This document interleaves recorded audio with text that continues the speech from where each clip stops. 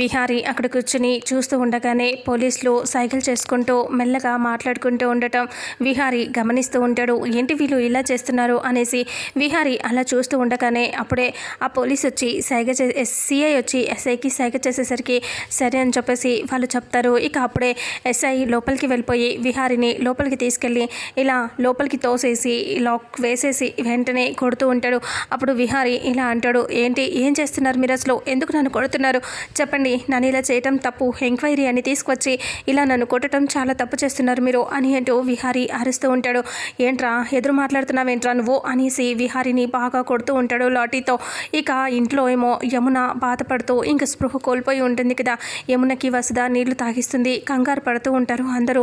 యమున లేచి అలా చూస్తూ విహారీ నాన్న విహారీ ఇప్పుడు ఎలా ఉన్నాడో ఏంటో అనేసి కంగారు పడుతూ ఉంటే లక్ష్మి బాధగా చూస్తూ ఉంటుంది. ఇదంతా ఎవరో కావాలనే చేస్తున్నట్టుగా అనిపిస్తుందమ్మా నాకు అని అంటూ ఉంటే, అవును అసలు సైట్ దగ్గర ఏం జరిగింది అవన్నీ తెలుసుకోవాలి, అసలు కొంతమంది అడుగు పెట్టడంతోనే ఇవన్నీ వచ్చాయి.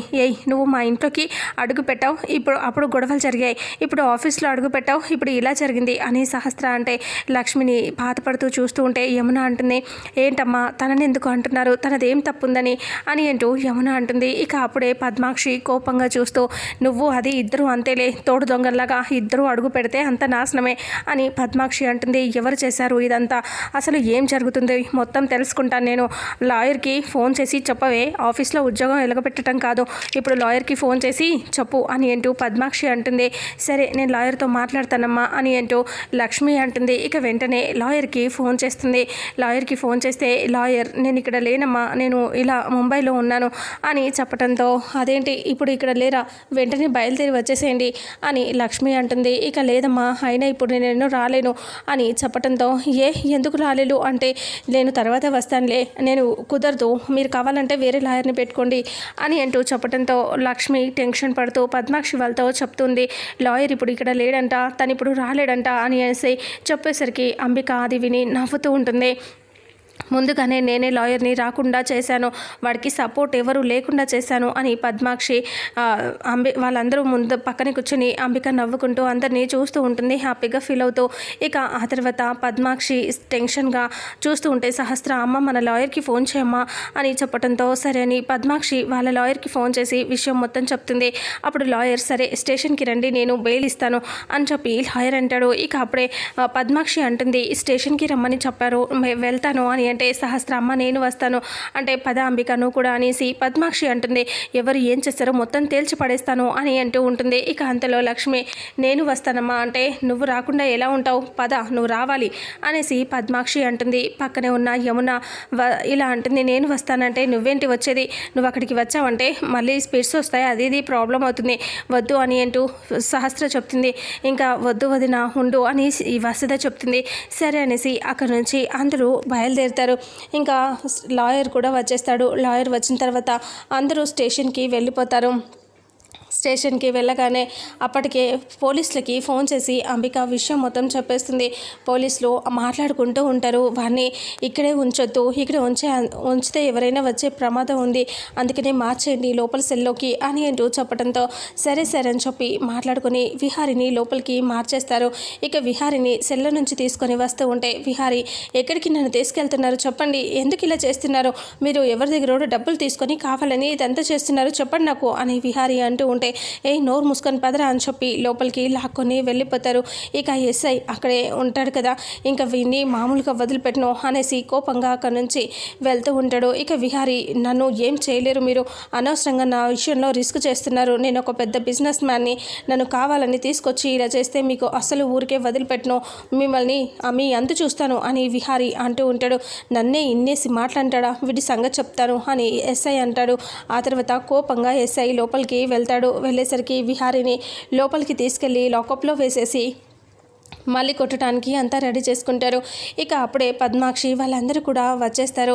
ఇంకా సిఐ గారు ఉన్నారా అని చెప్తే, సిఐ సార్ లోపల ఉన్నారు వెళ్ళి కలవండి అని చెప్పడంతో సరే అని పద్మాక్షి వాళ్ళందరూ కూడా లోపలికి వస్తారు. కూర్చోండి మేడం అని చెప్తాడు. చెప్పేసరికి కూర్చుంటారు. ఇక మా అల్లుడిని ఇలా అరెస్ట్ చేసి తీసుకొచ్చారు అని చెప్పడంతో లాయర్ అంటాడు, ఇదిగోండి బెయిల్ తీసుకోండి, తనని విడిపించేసేయండి అని అంటూ చెప్పడంతో, అసలు మీ అల్లుడిని మేము అరెస్ట్ చేయలేదే అని అంటూ చెప్తాడు. అదేంటి లాయర్ గారు, అదేంటి సిఐ గారు అలా అలా మాట్లాడతారు? మా అల్లుడిని పొద్దున ఇంటికి వచ్చి మీ పోలీసులే అరెస్ట్ చేసి తీసుకొచ్చారు కదా అని అంటంతో, లేదు మా పోలీసులు అసలు మీ ఇంటికే రాలేదు, అంటే ఎస్ఐ గారితో సహా వచ్చారు, అంటే ఎస్ఐ లీవ్లో ఉన్నాడు, అసలు ఎస్ఐ డ్యూటీలోనే లేడు అని సిఐ చెప్తాడు. మరి ఎవరు మా పాపని తీసుకొచ్చింది అని సహస్ర కంగారుగా అడుగుతుంది. అంబిక అంటుంది, అయితే మీరు రాలేదా అని, మరి ఇలా వేరే వాళ్ళు కూడా వస్తారా అని అంబిక అంటుంది. అవును మేడం, వేరే ఎవరైనా శత్రువులు ఉంటే కూడా అలా వేషం వేసుకొని వచ్చి తీసుకెళ్ళిపోతారు, అయితే మీరు కంప్లైంట్ ఇవ్వండి, మేము ఎంక్వైరీ చేస్తాం అని అంటూ చెప్పడంతో సహస్ర అందరూ టెన్షన్ పడుతూ చూస్తూ ఉంటారు.